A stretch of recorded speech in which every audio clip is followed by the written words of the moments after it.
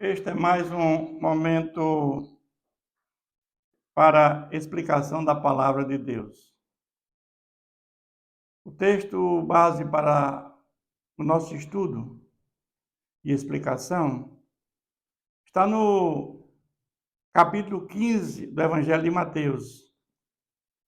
E o tema central desse capítulo, podemos dizer que é o que contamina o homem.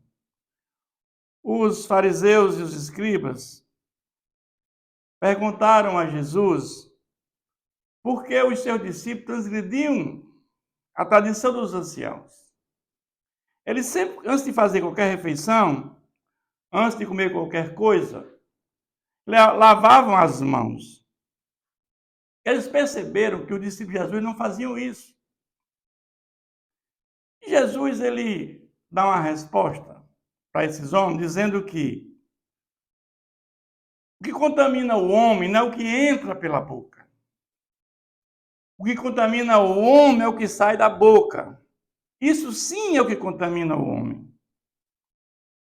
Jesus vai dizer porque do coração procedem os maus desígnios, os homicídios, os adultérios, a prostituição, os furtos, falsos testemunhos, blasfêmias. São essas coisas que contaminam o homem. Mas o comer sem lavar as mãos não contamina o homem. Jesus está dizendo aqui que tem que ter cuidado com as palavras, com aquilo que nós falamos, que palavras jogadas fora não voltam mais.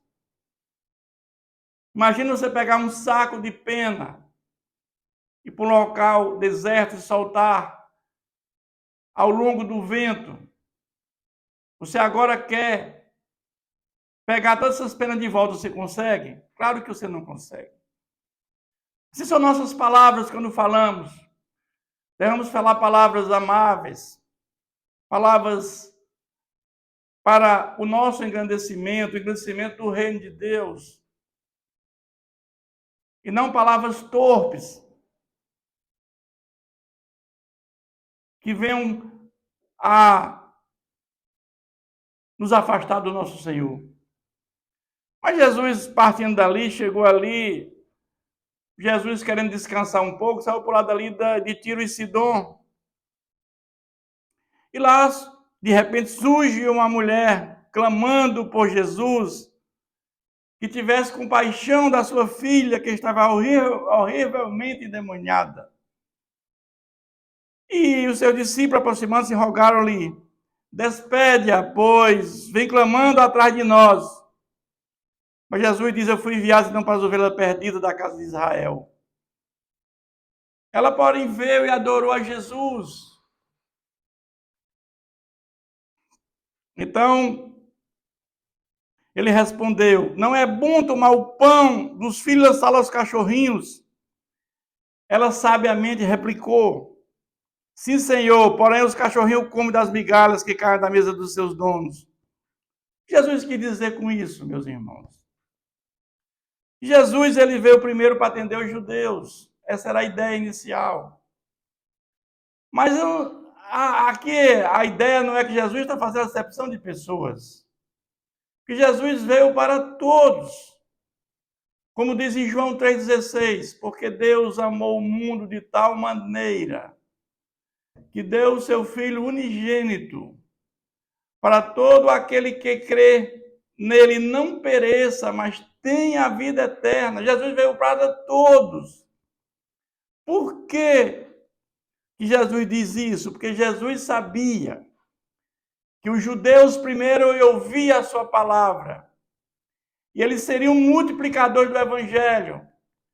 E o evangelho atingiria a todos posteriormente. Depois que ele subisse e mandasse o Espírito Santo, aqueles homens receberiam o Espírito Santo. E todos nós agora temos acesso livre ao Pai através de Jesus, que é nosso advogado. E o Espírito Santo vai habitar no nosso espírito humano. Então não havia nenhuma dúvida com relação ao Jesus que estava aqui falando. Naquele momento inicial, era primeiro atender os judeus, depois a todos. Depois Jesus volta para Galileia.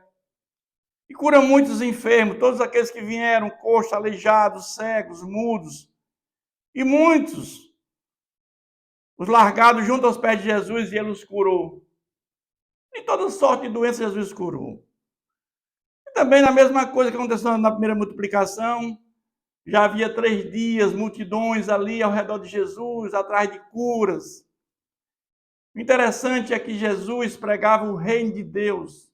Jesus queria mostrar que o ponto mais fundamental da nossa vida é a nossa salvação. Mas muitos corriam atrás de Jesus por comida, por cura. Nós temos que ter o cuidado, meu irmão. Se você morrer em Cristo de uma doença terrível, você vai ter a vida eterna. Se você morre sem Cristo, vai ter a morte eterna. Jesus tinha essa preocupação de pregar o reino de Deus. Naquele momento, Jesus estava pregando, curando.